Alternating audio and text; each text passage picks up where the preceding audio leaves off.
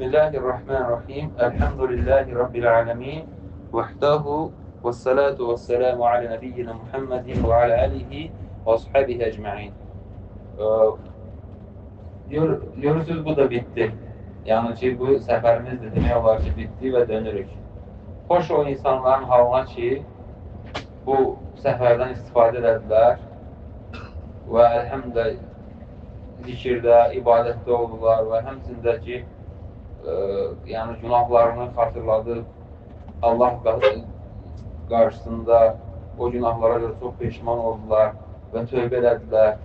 Və yenə də amma eləməyibsə belə, hansı günahlar qalıbsa, yəni sözsüz ki, tövbə qapısı o demək deyil ki, bağlandı.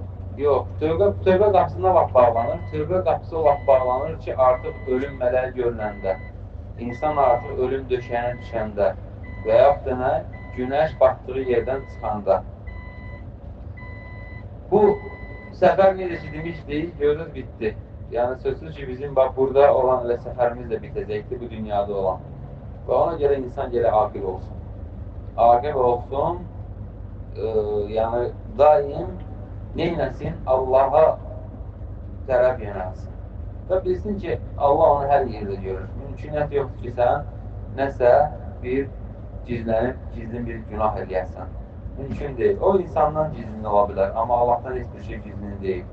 Və qiyamət gün təsəvvür edirsiniz, o ki, günahlar ki, gizli deyil indi bu dünyada. Və Allah qorusun. Və insan qorxmur eski məsələsin.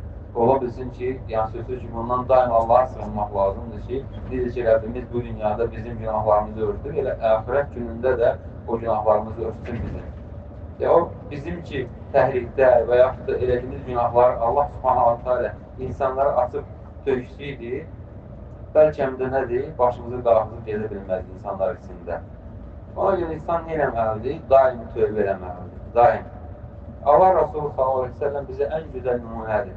Hər gün 70 dəfə tövbə eləyərdi. Başqa bir rəvayətdə də hər gün 100 dəfə tövbə eləyərdi.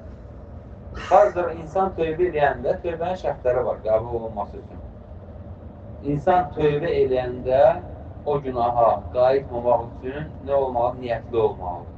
Amma o insan ki, tövbə eləyir və qəlbində ki, ilk fürsət düşən kimi qayıdacam ona və yaxud da bazarımızın o tövbə qəbul olunmur. Əgər elə niyyətdən tövbə eləyərsə, o halda nə olar?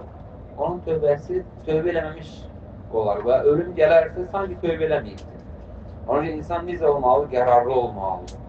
İnsan qərarlı olmalıdır ki, mən bir daha o günaha dönməyəcəyim.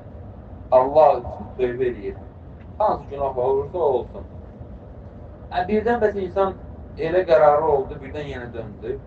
Əgər qərarlı olub döndüsə, onu yenə tövbə eləyir. Yenə də tövbə eləyir.